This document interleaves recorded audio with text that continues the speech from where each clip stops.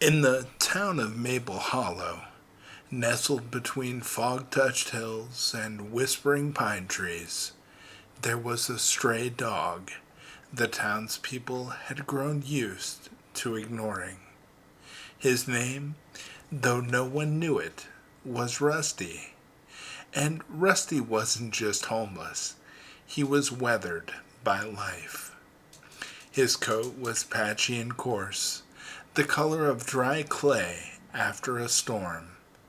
One eye was missing, a scarred memory of a time no one asked about. His gait was crooked, the result of an old injury that had healed wrong. He lived off scraps behind diners, puddles behind the gas station, and the occasional kindness of a child who hadn't yet learned to look away. But every day, without fail, Rusty made the same long, limping walk through cracked sidewalks and past wrought iron fences to a little white church on the hill, First Light Baptist Church.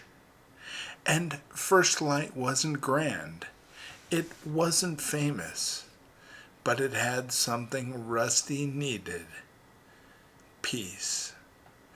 The church had wide stone steps and wooden doors that creaked when opened. The stained glass windows glowed like fire when the sun hit them just right. Rusty would lie on the top step beneath a window that depicted Jesus holding a lamb, his eyes soft, his arms open. And every day, Rusty would look up at that window and wait. He didn't bark, he didn't beg, he just waited. As the choir rehearsed, as the pastor walked by, as churchgoers with clean shoes stepped over him, muttering about fleas and hygiene, no one knew what he was waiting for. On Sunday mornings, the church buzzed with activity. Ladies in heels clicked past Rusty with tight smiles. Men with polished Bibles and coffee breath scoffed as they stepped over his sleeping body. "He's back again. That darn thing should be taken to a shelter. Doesn't look good for the church." One usher had even started keeping a broom by the door, just for nudging Rusty off the steps.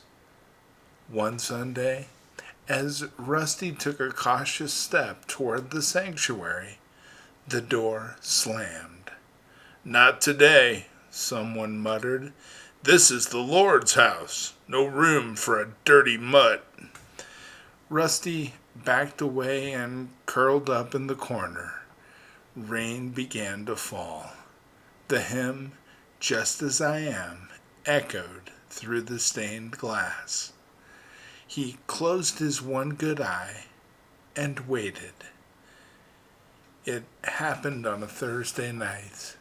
The sky turned gunmetal gray, and the air buzzed with electricity. A sudden storm swept into town with a fury not seen in years. Rain fell sideways, branches cracked, a nearby creek overflowed. As power flickered in the town below, Rusty limped through the wind, soaked, shivering, and alone. He struggled up the hill toward the church. It was instinct or maybe something more, but the door was locked. He collapsed at the threshold. Inside, Pastor Eli Hart, a humble man in his 60s, with a kind face and a voice like gravel, had just finished writing Sunday's sermon. "What does it mean to love like Jesus?" He usually exited through the back, but something, a whisper, a nudge in the spirit, drew him to the front.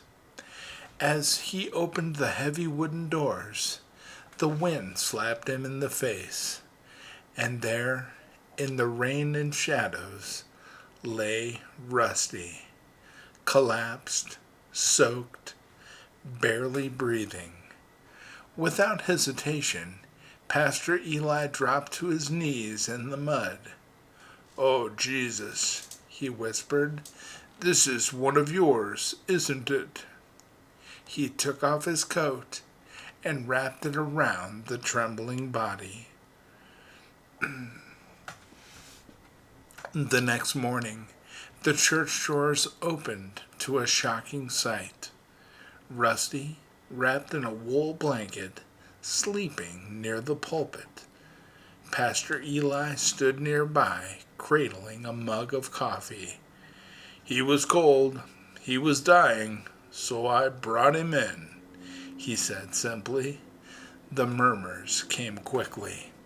"It's not sanitary. This is God's house. People won't feel comfortable." Eli raised his hand. "Let me tell you something uncomfortable," he said, eyes blazing. He walked to the pulpit and opened to Matthew 25, verse 35 through 40. "I was hungry, and you gave me something to eat. I was a stranger, and you invited me in. Whatever you did for one of the least of these, you did for me." Then he added, voice trembling, "We've turned this dog away from the door of the church more times than I can count. What if Jesus was lying beside him the whole time?" Silence. That week, everything changed. A child brought in an old dog bed and whispered, "He can have this." A teenage boy came every day after school to walk him. A woman who hadn't stepped in the church in years returned just to see the dog. Rusty became a fixture in the sanctuary, not because of his beauty, but because he taught them how to love. The candlelight glow of Rusty's eye became a mirror to the soul of this church. No longer would they be known for polish. Now they would be known for compassion. Rusty passed peacefully a year later, lying beneath the stained glass window of the Good Shepherd. They buried him in the garden behind the church.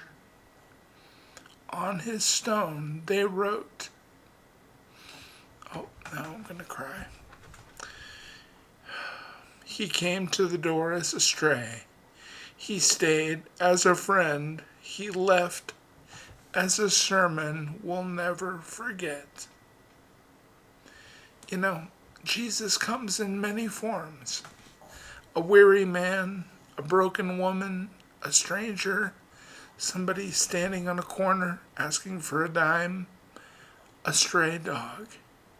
The question is never, is he worthy of entering? The question should be, are we still capable of seeing him when he doesn't look like we expect? Don't forget to show love and hospitality to strangers, for by doing so, you have entertained angels unaware.